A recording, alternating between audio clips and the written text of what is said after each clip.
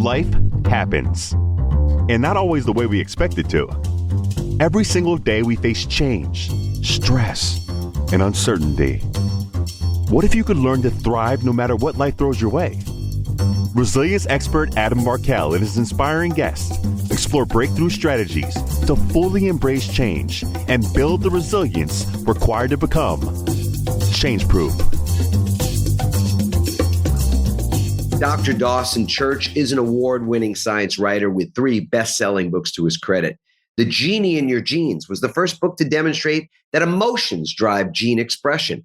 Mind to Matter showed that the brain creates much of what we think of as objective reality. Bliss Brain demonstrates that peak mental states rapidly remodel the brain for happiness.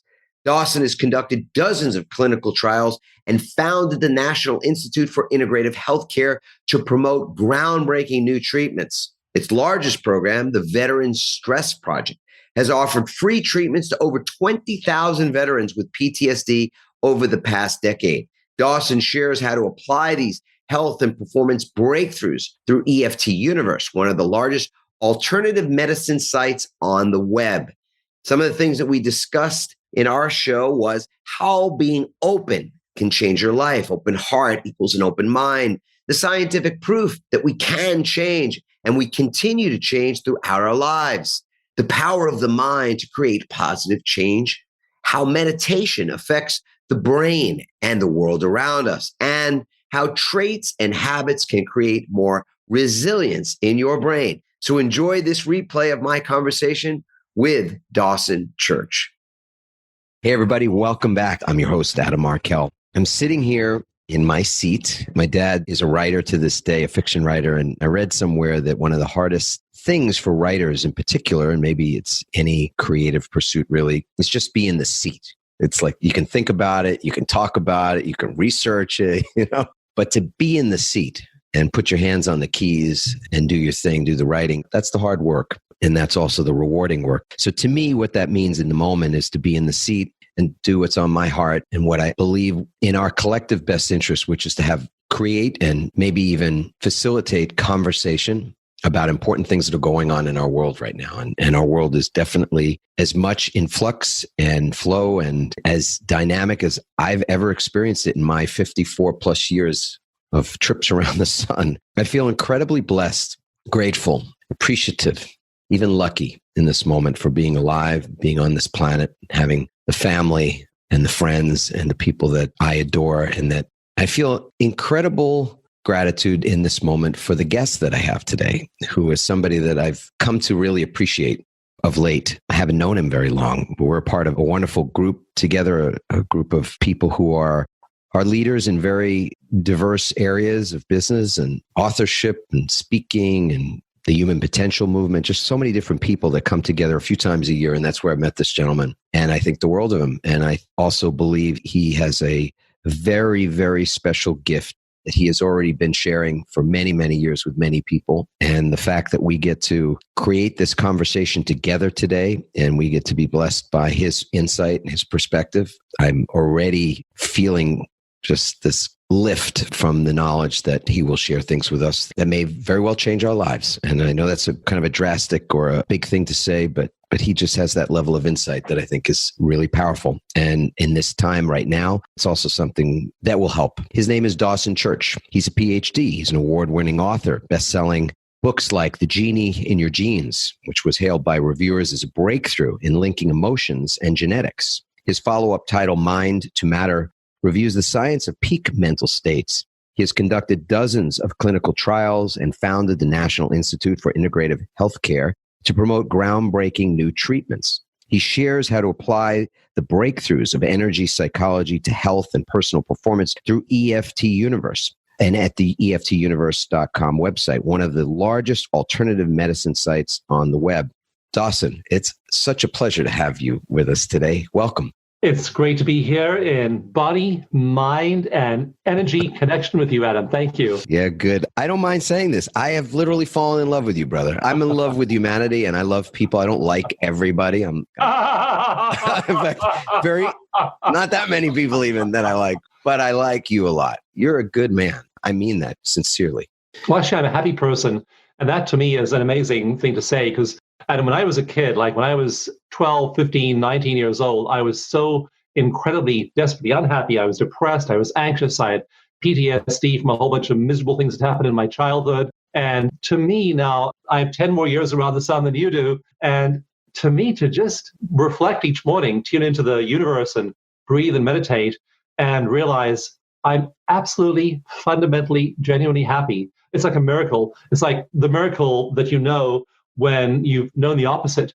And so I'm so grateful that we can rescue ourselves from our human misery and the way I rescue myself from mine. And that when we use these wonderful techniques you talk about that people at the Transformation Leadership Council teach, we truly can radically change our lives. So it's inspiring to me every day.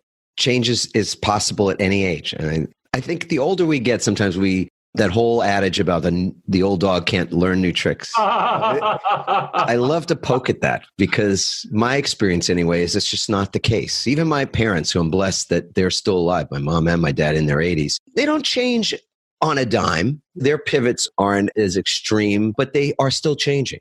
They are still evolving. They're still open. And maybe that's one of the great legacies that they leave to myself and my brother and everybody that we ourselves might impact is this idea of openness, that with openness and an open mind, an open heart, anything literally is possible, including changing our old crusty selves, right? 2 studies about old dog and new tricks idea. So one of the most absolutely revolutionary studies in neuroscience was done in the mid-1990s, and it just shattered a paradigm. And it was a study of people who were in their 80s. And we'd always believed that the brain was pretty much fixed when you were 17, 18 years old. It had grown to fill out your skull, and that's pretty much the way your brain stayed thereafter. And in this study, they showed neurogenesis, the growth of new neural pathways in 80-year-olds. Learning new things was producing brain change at those ages. So that's one study I cover in Mind to Matter. And the other study I cover in my book, Mind to Matter, I mentioned briefly, is a study of change. And there was a study done in the 1970s, and it was a longitudinal study. It looked at people over the course of about 15 years of their lives. And they looked at people over that long stretch of time, a decade and a half, and they found people didn't change. You can't teach an old dog new tricks. People did not change. So when I was going to school in the 1960s and 70s, the prevailing paradigm was our personalities formed around the age of 17, 18, 19. Some neuroscientists were saying that our set points are all fixed by the time we're between 9 and 11 years old. That's pretty much the way we are. And then, of course, that study came along and confirmed that long-term study showing that there was no change in people's personality over a decade and a half. But then another study was done, and this looked at people who went to Harvard as undergraduates in the 1950s. And this was a 50-year study. So this is a study much, much longer duration. And they found that over time, not only did people change, but they changed so much on average that if you looked at the personality profile of that person who was at Harvard in the 1950s, and then looked at them again 50 years later, you couldn't even tell who was who. They changed so much. So we can change, our brains can change, our habits can change, our beliefs can change. And we have a remarkable ability to change our bodies and our genes and our neurons using this thing up here, our consciousness, our mind.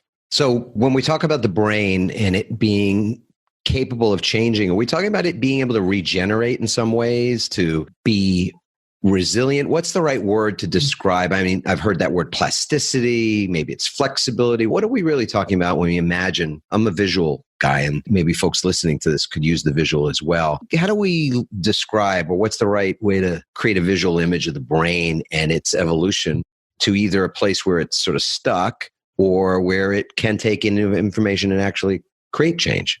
Yeah. So I love the gym. I love working out 3 times a week. I lift weights. I love really engaging my body. And like today, I did it yesterday, so I feel like I got a little bit of an ache yesterday from challenging myself. And as you do that, you increase muscle mass. Your muscle mass goes up, and that's pretty well known. But as you use neural pathways in your brain, they grow. And the ones you don't use atrophy and shrink. And so if you are passing signals through the parts of your brain that have to do with happiness and joy and contentment and peace and altruism and optimism. If you're engaging all those neural pathways, they literally grow in size. And then the ones you don't use over time begin to shrink. And the work of this Nobel Prize winning doctor called Eric Kandel, I talk about him a lot in my book, The Genie in Your Genes. He showed that if you pass a signal through a neural bundle over and over and over again, you can double the number of connections in that bundle in 1 hour. So it doesn't take like 10 years to grow a new brain, to grow a different brain. You start to influence your brain activity with every thought you think. And in Mind to Matter, I dramatize this. So I always, of course, I write evidence-based books. So they're all about science, they're all about facts, they're all about studies. But I tell stories. And in chapter 1 of Mind to Matter, I told this story now probably over 100 times, and I still get astonished every time I say it, because there's this TV reporter who wrote about mindfulness, and his name is Graham Phillips. He had a show called Catalyst in Australia. Oh, I thought you were going to say Dan Harris, because that's the other. Yeah. He's also another interesting guy. But Graham Phillips, this guy wanted to learn about mindfulness, was a bit of a skeptic about meditation, but decided to go on an 8-week program. But before he did, he went into this state-of-the-art university lab at this university called Monash University, where I've actually lectured. And he had an extensive workup done on his physiology and his brain. And they used a high-resolution MRI to measure each part of his brain. And nowadays, MRIs, it's like your screen on your laptop. The resolution's gotten better and better and better over the last 2 decades. Well, like your cell phone, a primitive old cell phone, it was all pixelated, but now it's really clear. Same thing with MRIs. We can now, with advanced MRIs, we can trace the activity of a single neuron. So he got this workup by this team of neuroscientists in the lab at Monash, and then he began to be mindful, practice meditation, and after 2 weeks, he felt different. But after 8 weeks, he went back into Monash. They ran all the same tests on him over the course of another day with the TV cameras on, and they found that his brain had changed. It was heavier, it was bigger.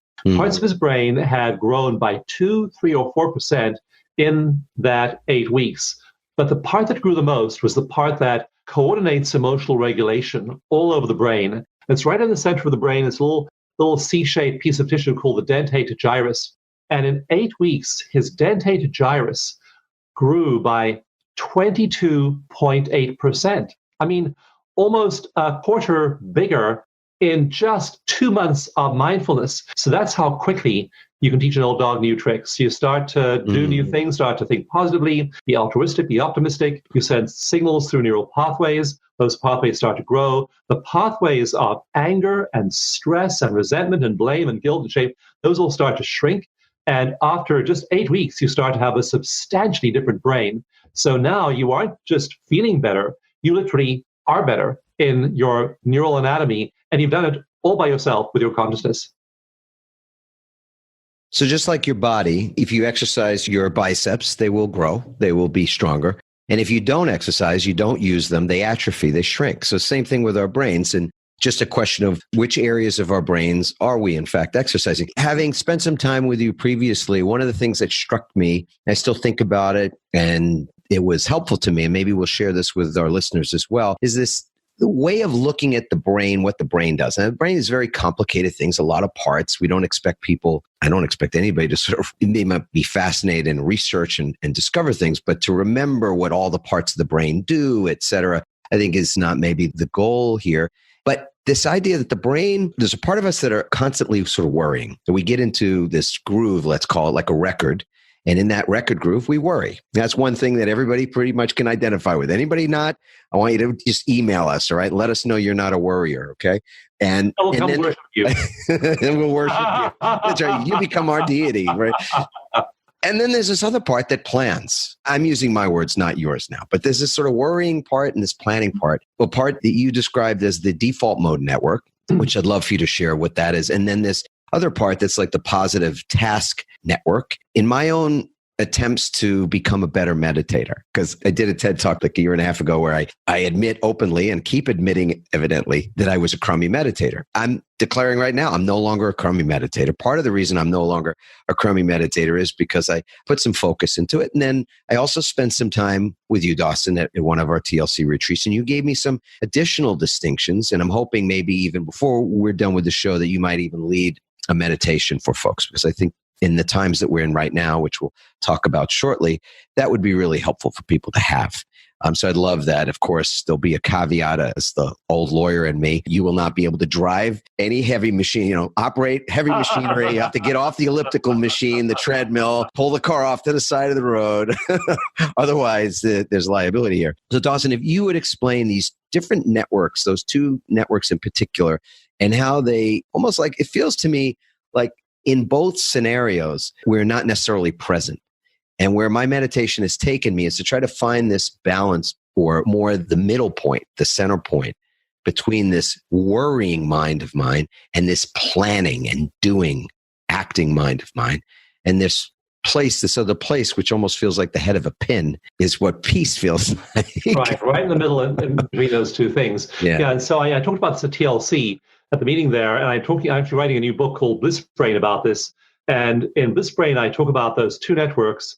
So if you look at an old image of the brain, like from the 1800s, 1890s, when we were still really getting into science, discovering what neurons look like and so on, you'll see that it's divided into areas. We just think in terms of the language area, the speech area, or the vision area, or the emotional regulation area, that now we're in neuroscience, we're much more thinking about not brain regions, but brain networks, because networks of different regions work together to accomplish certain things.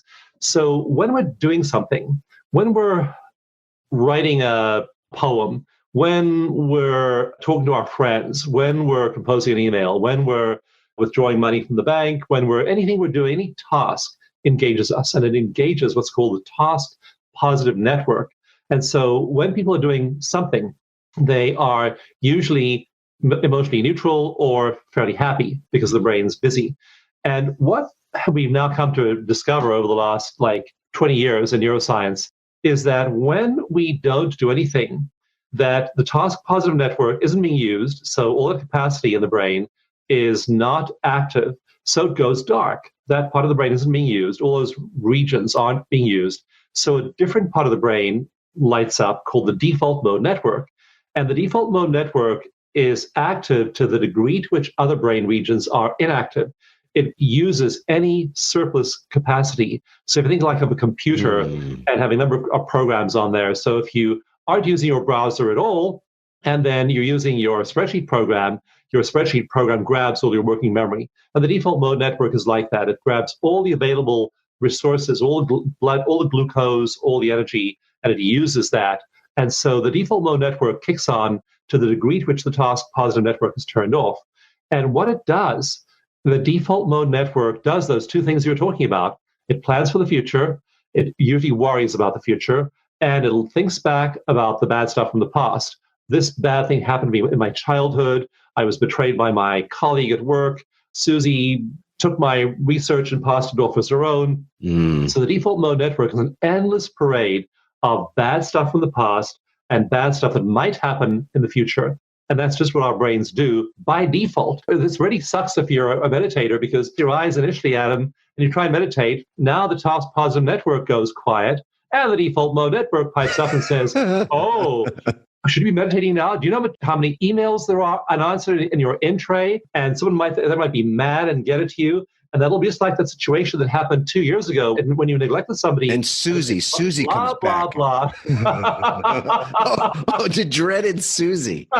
Susie. We don't want Susie. Yeah. That's just what our brain is wired to do. Right. And so that's what we had to learn, using that emotional regulation machinery that Graham Phillips grew in experienced meditators like Tibetan monks who have meditated for 10,000 or 20,000 lifetime hours. They can control the default mode network, shut down that part of the brain, and then they have inner peace. So we are living outside of the 9/11 event. In my recent memory is at this point, that's the last time that I recall feeling the world as on shaky ground as it feels at the moment. And the level of fear and the level of uncertainty and the level of people just sort of, walking around a little dazed and confused. That's what it feels like. And the goal of this conversation for me is that we're able to provide people with some bit of new awareness about, not so much trying to crystal ball what's happening out there, because we can't control any of what's happening out there, but we do have some measure of control of what's going on inside of us. And Totally. Is that a fair? We have complete control of our consciousness. So all that stuff's going on out there, but you don't orient to out there. At the end of Mind to Matter, I talk about meditating in the morning and orienting to what's going on up here and connecting with non-local mind, where we are local minds. And the old vision of our brains was that our brains were the source of consciousness. We now recognize that you can't find consciousness in the brain. The brain is a transceiver of consciousness from the universe, from outside of ourselves, from vast information fields, is a transceiver of this and a creator of our local reality. And so if you are totally attuned to and attending to local reality, if you're watching the news and worried about this, worried about that, checking the stock prices and seeing the stock market plummet and worried about all the coronavirus stories and all the other things there are to worry about in the world, there's always bad stuff happening. And so if you are at the level of local mind, if you are allowing that to flood your consciousness, then you get fear. But if every morning you're closing your eyes, meditating, going deep, releasing your clutch, releasing your close-fisted, white-knuckled grip on reality, and merging, that's what all the mystics talk about, merging with non-local mind. And they say you do this, and there's infinite love, there's infinite wisdom, there's infinite creativity out there, and there is. And so you then download that all into your consciousness, not the news, not the latest stock prices. You download all that into your brain and into your mind, and suddenly you're inspired, you're enthusiastic, you're optimistic, you're altruistic, you feel fantastic. And it doesn't mean you ignore what's going on in the world around you, but you internally are then chosen to attune yourself to that signal and not the chaos out there in the world. I want to talk about one other thing too, relative to the brain, which is gray matter. And why is that? Because I'm hearing that enlarging, growing our gray matter is actually a really important thing for us. And I want to tie it to this idea of resilience, of how we can walk out the door, or when we're in our homes, as we may spend a little more time inside or with that home base than we planned. How is it that we're creating resilience for ourselves, despite the fact that there might be things that would otherwise distract us or deplete us or just sort of drag us, I don't know, quick kicking and screaming, but that we sort of go willingly into that place of fear, which it feels like people are able to go fairly easily, especially when others around them are panicking. And when you see professionals who are talking about things on TV also expressing great uncertainty about the future. So resilience is really the thing I want us to focus on if we can. It's fascinating. And my big experience of that comes from a project I started in 2007 called the Veteran Stress Project.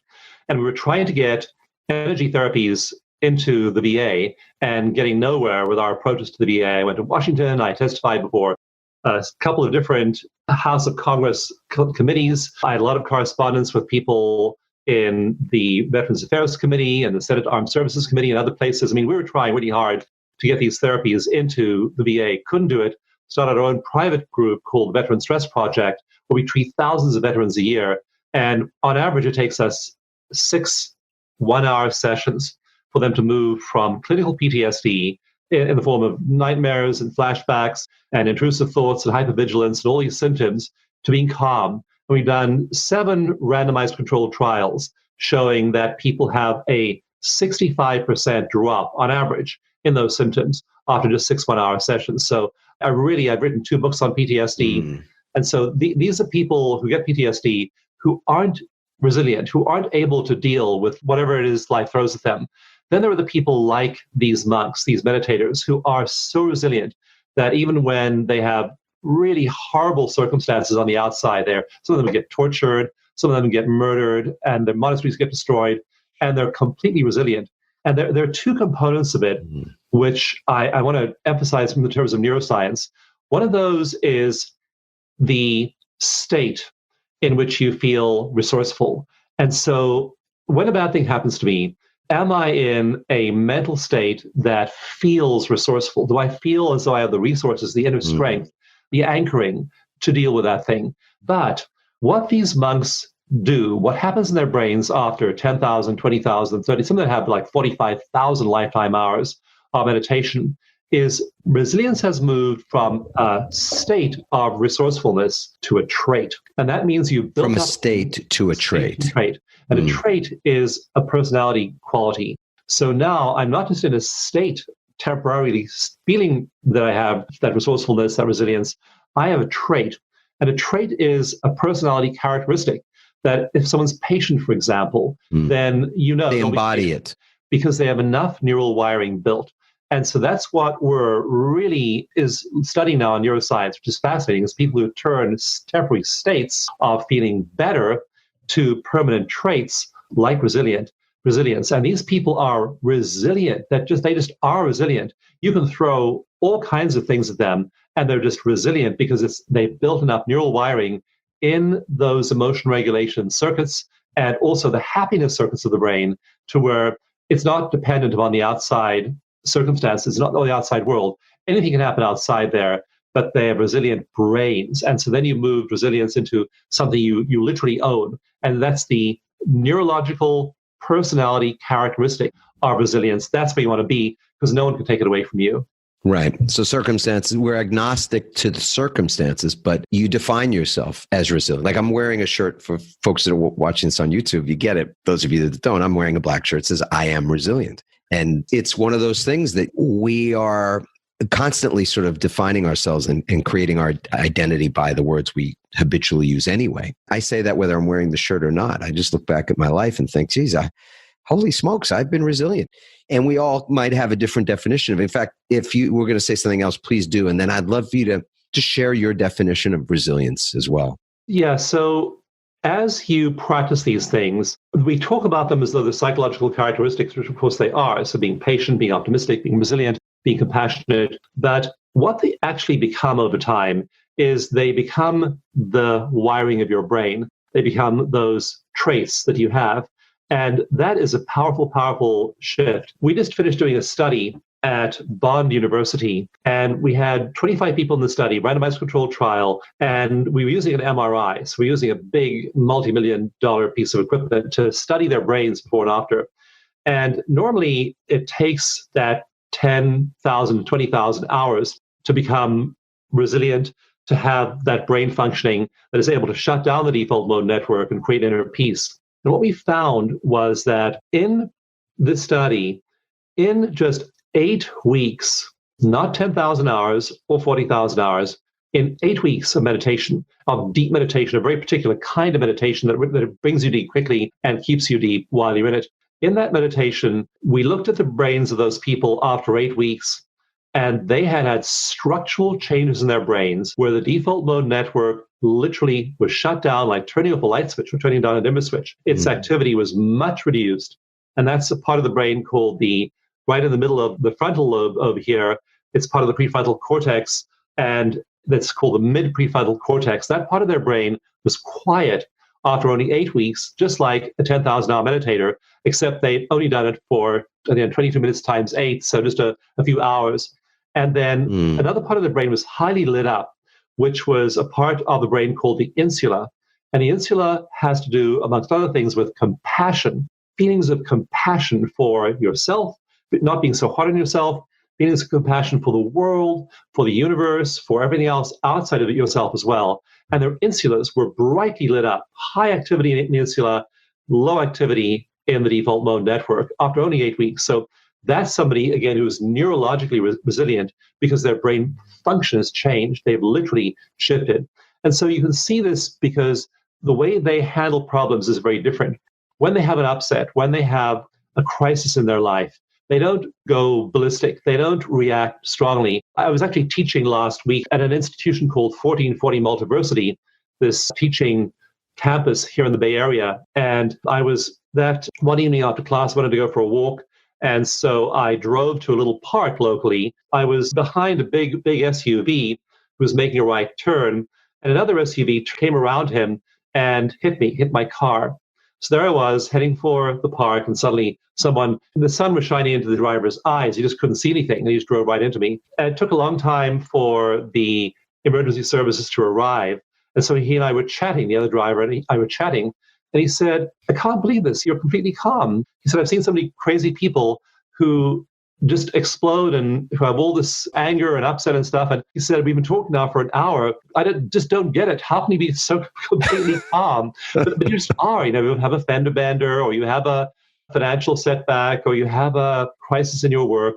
and you just have this gift of resilience. So you're far smarter as well. When you're stressed, up to 70% of the blood drains out your thinking part of your brain, and you can't think clearly at all. Right. But when you're resilient, you can think, you can act. In some of the studies I'm talking about in Bliss Brain, the researchers find that people who are in these elevated states of flow you get into when you're meditating, they have 5 times the productivity at work as when they aren't in flow. Their productivity increases 5-fold.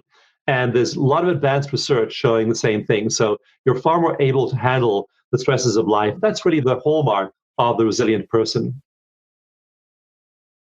We had dinner last night at our home, and the kids came over, our older kids. My son, we were discussing just things going on in the world, and he's very well-read, and he's my son-in-law. I didn't bring him up, but he's a son to us, and we love him. And he's very analytical. So he's different than our kids and different than our oldest daughter, who he married. I just adore him. And he's a worrier, and he thinks a lot, and he thinks deeply about things.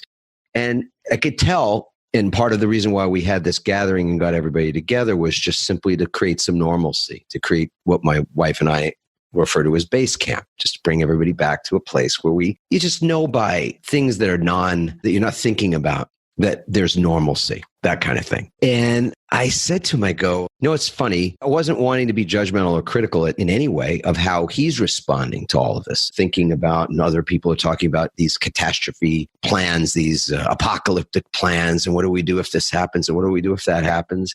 And I was a lawyer for 18 years, so it's not like I can't what if. I can what if think with the best of them. I can come up with worst case scenarios too. I said, but what I know of 30 plus years, we're married, Randy and I, and we've been through a lot of things, and et cetera, and certainly in my career and whatnot, that whenever things get really, really chaotic, and in any number of contexts, I get really quiet. I'm a talker. You can probably tell. I get quiet on the inside. My heart rate goes down. My blood pressure goes down.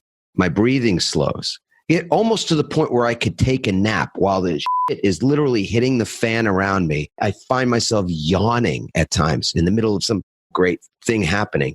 I realize that what that's done for me is it allows me to be alert, but not alert in the cortisol producing fight or flight alertness, but just that I'm really awake, aware of what's going on.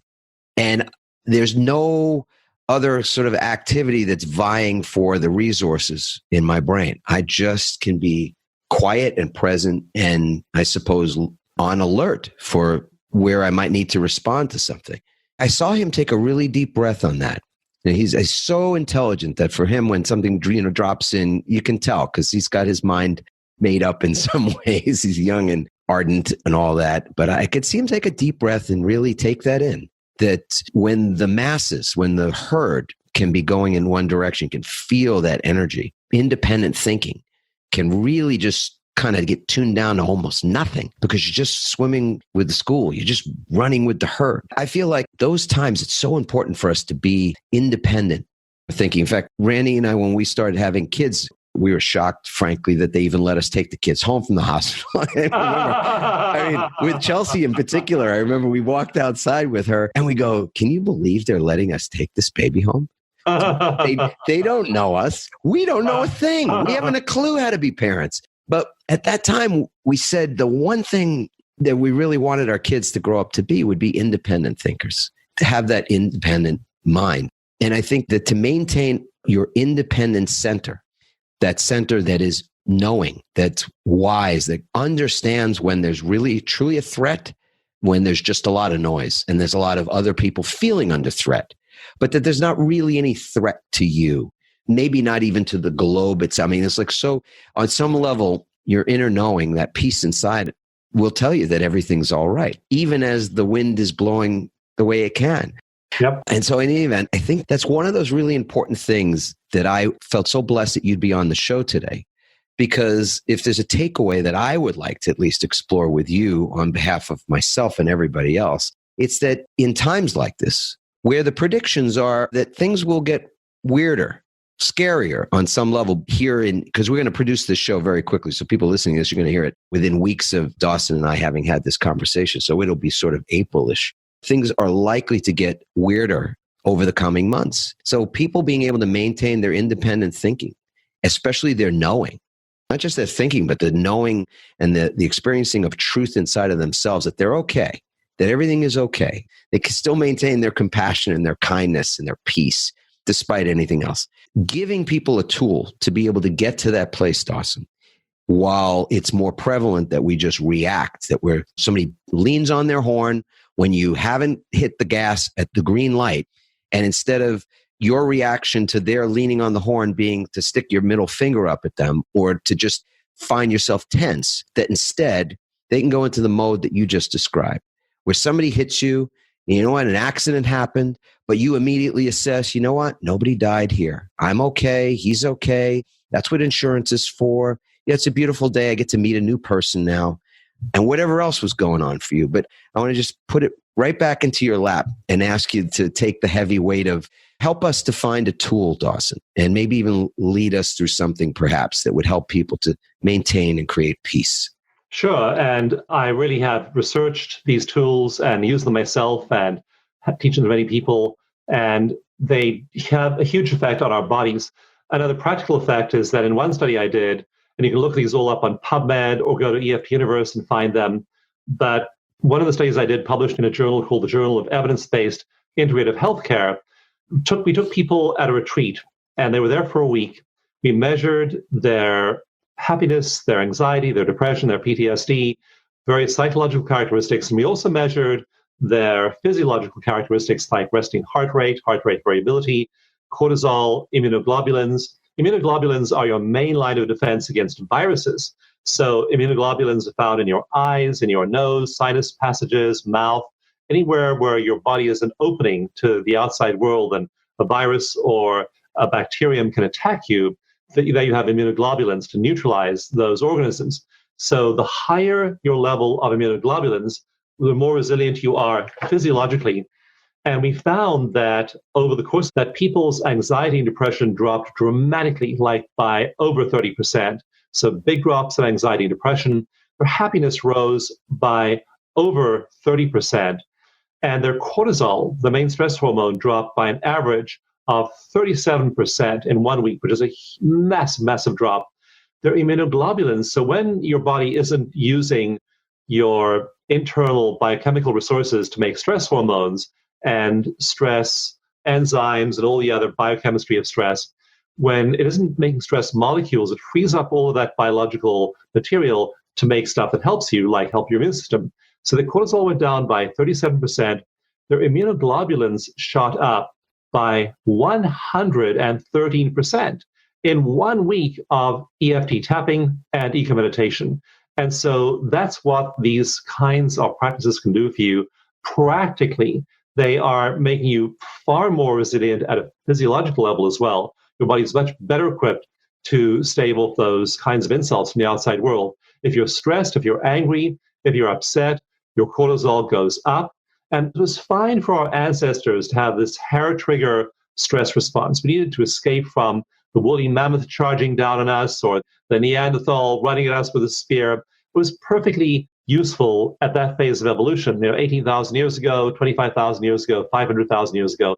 It was really great to have a nervous system geared to respond to threats in the outside world. Today, the Neanderthals are extinct, so are the woolly mammoths. There are no more saber-toothed tigers. And so we still have all this threat machinery. A funny example, my daughter was staying with us. She lives in Austin, but was staying with us for a few days, a few months ago. And she announced one day that she had a pimple. Now she's 6'2", she's gorgeous, she has a fantastic job and a husband. I mean, she has everything going for her, you can imagine, except that she was obsessed by this pimple. And I looked at her really closely. I couldn't even see the pimple. The pimple was all she could see when she looked at her face in the mirror. Right. And so that's what the brain does, because that's what kept us safe from the Neanderthals. It's just that it's profoundly unhelpful to us nowadays. We have to learn to rewire our brains. So these practices are focused on sending those signals through those neural bundles, rewiring our brains quickly, 8 weeks, 10 weeks, 12 weeks, not 10,000 hours. We've used these advanced scientific tools like EEGs and MRIs. We owe a huge debt of gratitude to the 10,000, 30,000, 40,000 hour meditators we've studied. But we've now been able to hack into what they do, what their brains look like, reverse engineer it, and train people to attain those same brain states in, like, we had a 7-day retreat recently, and the first day, people were where they were. By the end of 7 days, they were achieving these high emotional, spiritual states within 4 minutes. Some people within 50 seconds of being hooked up to the EEG, they were like totally in this flow state. So we can use these practices very, very deliberately, and we can trigger these changes in our lives and our awareness in our brains. They have these big effects on our bodies, and we can feel peace and build that resilience really, really quickly. So if we have time now, I'd love to do a brief meditation with everybody. I would love that. Yeah. In fact, you just recently did one in the last few days for the CDC, didn't you? I did. I just opened my eyes after hearing some of the first of the bad news about the coronavirus, and just had this wonderful download from Non-Local Mind, and it said, record this meditation right now. So I just sat down and recorded it that moment, and just wanting to let people have some relief from the fear, because there are viruses out there all the time trying to attack us. It's the people with low resilience, it's people with weakened immune systems are most under threat, and you can raise your immune system by lowering your cortisol. So how do we quickly do that? And we can do it in just 4 minutes, 5 minutes. It doesn't take long, and then you reap those benefits. Beautiful. Let's do it. I think it's one of those incredible things that you can look at how it is that we can reallocate our resources. Because as you said, when we're stressed out, those resources are being used to maintain that stress response versus you're able to deal with things or alleviate the stress, then you have those resources available to build up things that will keep you healthy and resilient. Right. Yeah, excellent.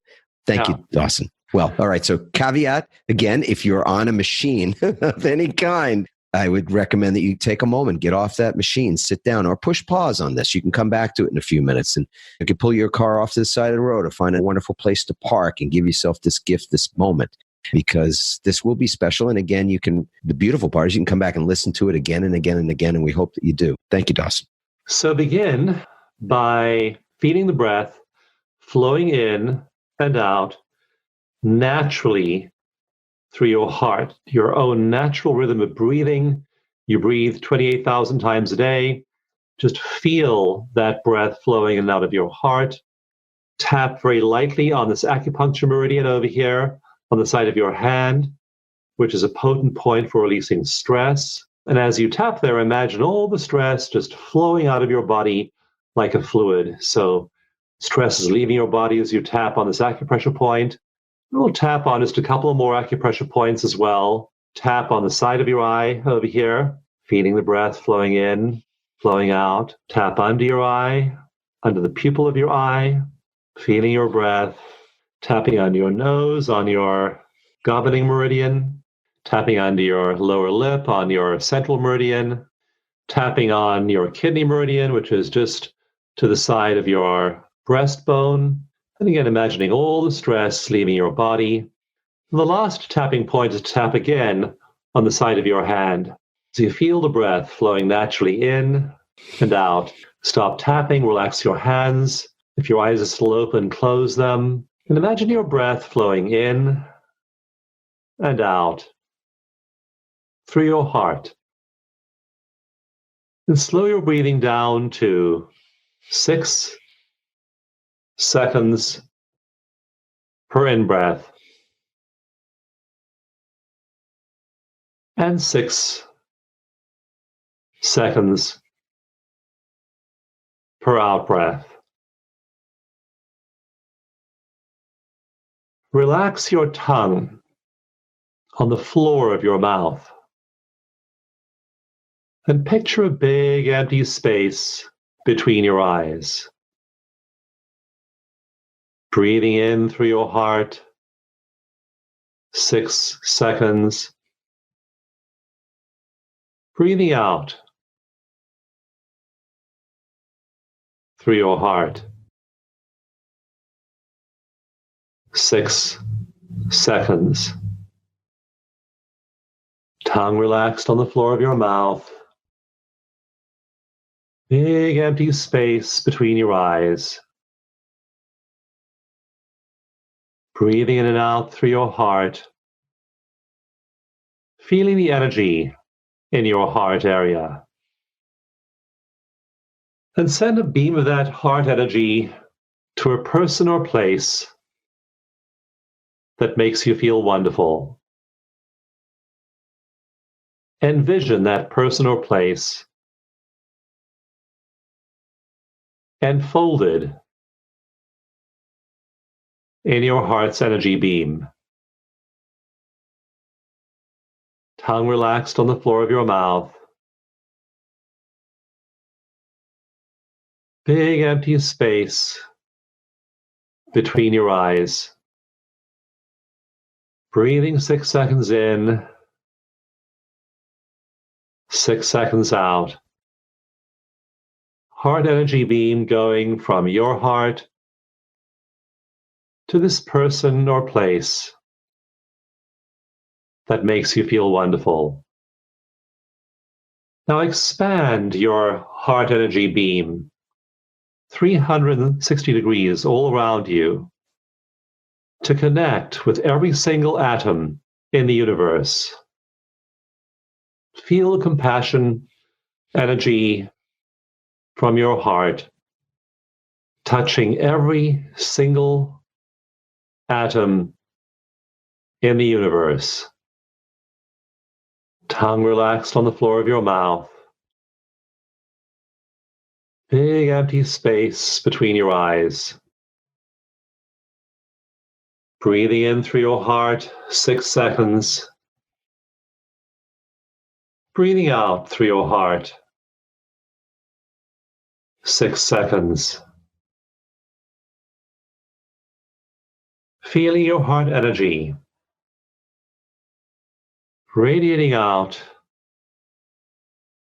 to touch every single atom in the universe with compassion. And now focus that heart energy beam again tightly on only that one person or place that makes you feel wonderful. Detach your heart energy from every other place and just focus it all on that one person or place as you wrap them in the energy of your heart. And then very gently disengage your heart energy and bring it back inside your own body, inside your own heart.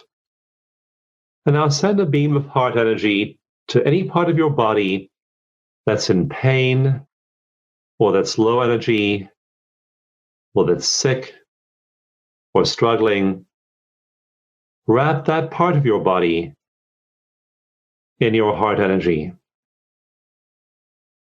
Tongue relaxed on the floor of your mouth. Big empty space between your eyes. Breathing in through your heart, 6 seconds. Breathing out through your heart, 6 seconds.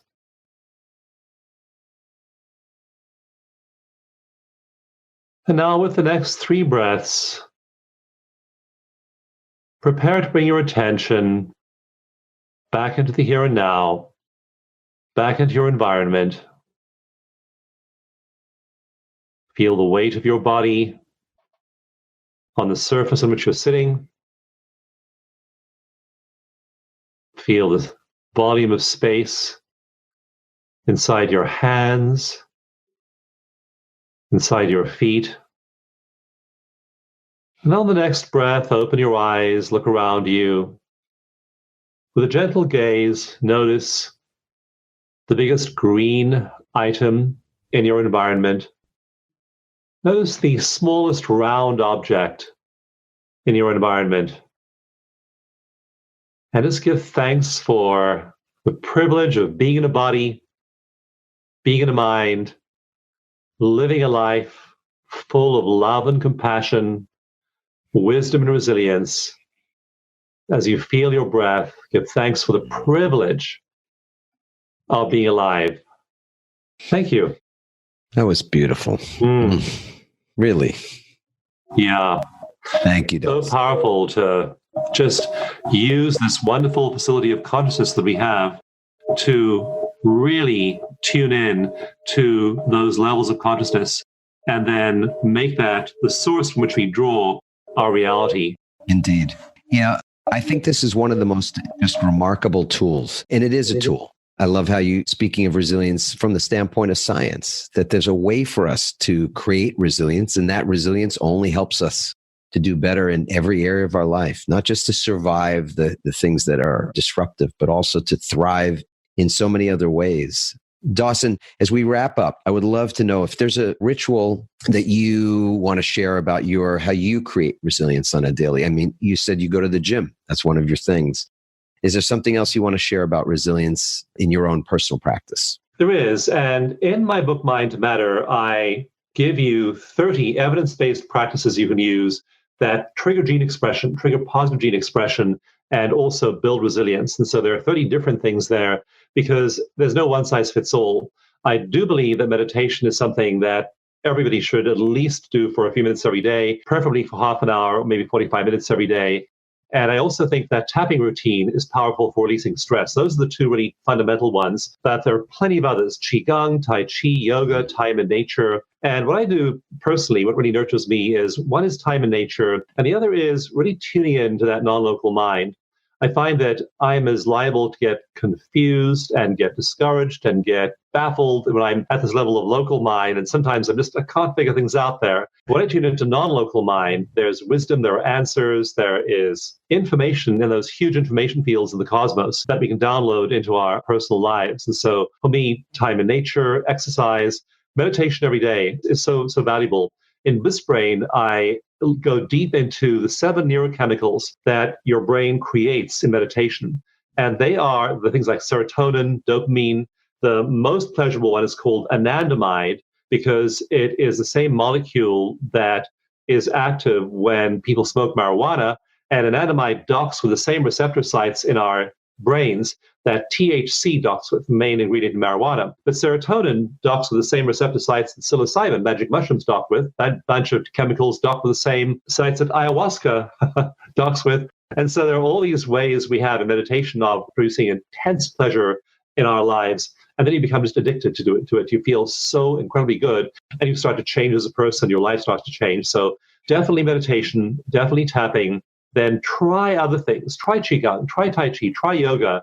Definitely do time in nature. Even if you live in the middle of Manhattan, just take a walk into the park and spend a little bit of time in the park. Do something to hook up with those great cycles. And when you're confused, when you're upset, when you're disturbed, when your energy gets disrupted by whatever it might be, breathe, tune into non-local reality.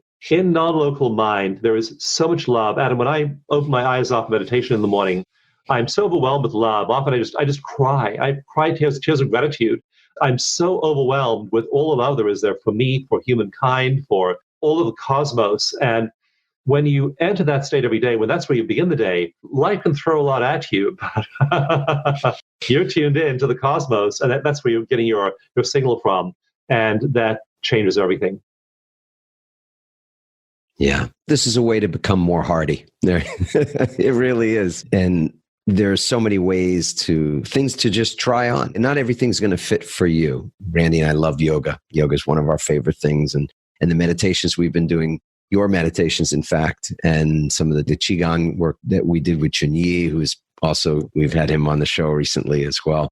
There's so many things, but the thing I think that is non-negotiable is that you find time, that you create time in your day, that we all do that on a regular basis, to be able to bring ourselves to a place where we feel great. And I think starting the day that way is, my grandmother used to say, leave the house on the right foot. And I still think about those words that she shared. What does it mean to leave the house on the right foot? Well, to me, how you begin the day, those first practices of the morning, those first thoughts of the morning, the first things that come out of your mouth in the morning, what you do when you wake up. So many people pick up their phones when they wake up. They look at the news or social media or the text they received at 4 a.m. or the emails that need responding to. That's sort of that first step out of the bed. And maybe there's another way to do it. Just humbly say, there are other ways. I've turned my phone to grayscale. My phone is not by the bed. Randy does have hers there. It's because we use Insight Timer for a meditation at night before bed. And She wants to make sure if the kids call in the middle of the night, there's some emergency, that we're in context. So there's that for sure. But there's just so many things available to us in these times and all times where we can, as you said earlier, Dawson, reallocate the resources of our brains to things that only build strength in us, build resilience, create that hardier version of us that will not just endure for endurance sake, but endure for the work that we're here to do in the world and the lives and people that we get to be a good influence on. So you, sir, are a really good influence on many, many lives. I appreciate one of the things you. I love is the whole idea of emotional contagion. And this idea was picked up by epidemiologists, people who study epidemics and infections and how they spread through populations. They looked at happiness and they applied this epidemiological model to emotion. And they found that if I'm happy, my neighbor is 34% more likely to be happy. His neighbor is 15% more likely to be happy. So we are walking agents of emotional infection, love, compassion, optimism. Emotional infection, positive infection, a love infection. It's like the Bhutanese, right? I mean, yes, it's how beautiful. Agent of optimism, joy, altruism, compassion, and all those things, and you'll find you have a really good life. The first words that come out of my mouth, Dawson, every day, these 4 simple words, I actually did a whole TED talk on just these four simple words, but they are powerful and have been for me for a long time and for a lot of other people too. And those 4 words are, I love my life. I love my life. Dawson, do you love your life?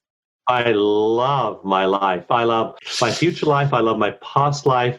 And you get to a point where you aren't just grateful for everything that's happened to you in the past. You're grateful for whatever will happen to you in the future, no matter what it is. And you're at that point of perfect peace. It's powerful to live your life that way. Yes, beautiful. There'll be full show notes for everybody that is looking to find out more about EFT Universe and the work that Dawson does and the books and Bliss Brain, which I think is it available for pre-order now? Yeah, no, it's available for pre-order now. Beautiful. And it'll be out in a few months. And that kind of follows on from Mind to Matter, which is all about manifestation. And it's all about these advanced brain states you can put yourself into.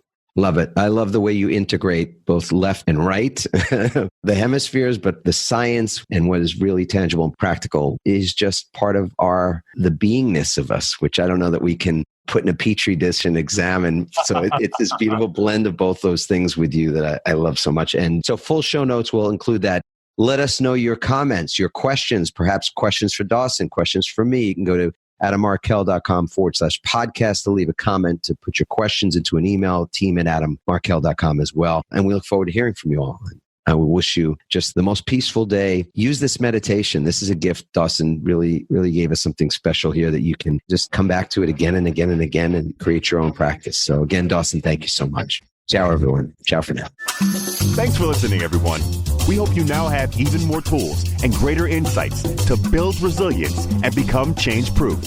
Help us inspire others by sharing this episode and leaving your comments over at adammarkel.com/podcast. For more resilience tips and strategies, including support for building change-proof teams, visit adammarkel.com/become change-proof.